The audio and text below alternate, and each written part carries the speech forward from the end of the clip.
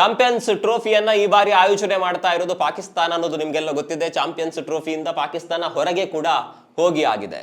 ಆದರೆ ಭಾರತ ಮಾತ್ರ ಇನ್ನೂ ಕೂಡ ಸೆಮಿಫೈನಲ್ ನಲ್ಲಿದೆ. ಎಂತಹ ಸಿಚುವೇಶನ್ ನೋಡಿ, ಪಂದ್ಯಾವಳಿಯನ್ನ ಟೂರ್ನಮೆಂಟ್ ಅನ್ನ ಆಯೋಜನೆ ಮಾಡಿದ್ದು ಪಾಕಿಸ್ತಾನ. ಆದರೆ ಅವರ ಪಂದ್ಯಗಳನ್ನು ಆಡಬೇಕು ಅಂದ್ರೆ ಅವರು ದುಬೈಗೆ ಬರಬೇಕು.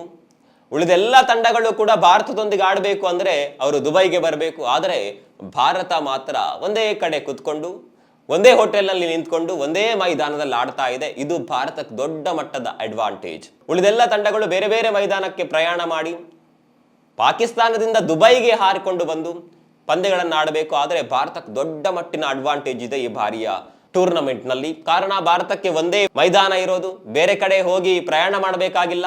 ಆರಾಮವಾಗಿ ಒಂದೇ ಕಡೆ ಕುತ್ಕೊಂಡು ಬಂದಂತ ತಂಡಗಳ ಜೊತೆ ಆಟ ಆಡಿದರೆ ಸಾಕಾಗುತ್ತೆ. ಇದು BCCIಗೆ ಇರುವ ತಾಕತ್ತು ಅಂದ್ರೂ ತಪ್ಪಾಗೋದಿಲ್ಲ. ಹಾಗೆ ನೋಡ್ಲಿಕ್ಕೆ ಹೋದರೆ ಉಳಿದೆಲ್ಲ ತಂಡಗಳಿಗೆ ಇರುವಂತ ಡಿಸ್ಅಡ್ವಾಂಟೇಜ್ ಭಾರತಕ್ಕೆ ಇಲ್ಲವೇ ಇಲ್ಲ. ಇದು ಭಾರತಕ್ಕೆ ದೊಡ್ಡ ಮಟ್ಟದ ಅಡ್ವಾಂಟೇಜ್ ಆಗಲಿದೆ. ಈ ಅಡ್ವಾಂಟೇಜ್ನ ಬಗ್ಗೆ, BCCIನ ತಾಕತ್ತಿನ ಬಗ್ಗೆ ನಿಮ್ಗೆ ಅನಿಸುತ್ತೆ? ಕಾಮೆಂಟ್ ಮಾಡಿ.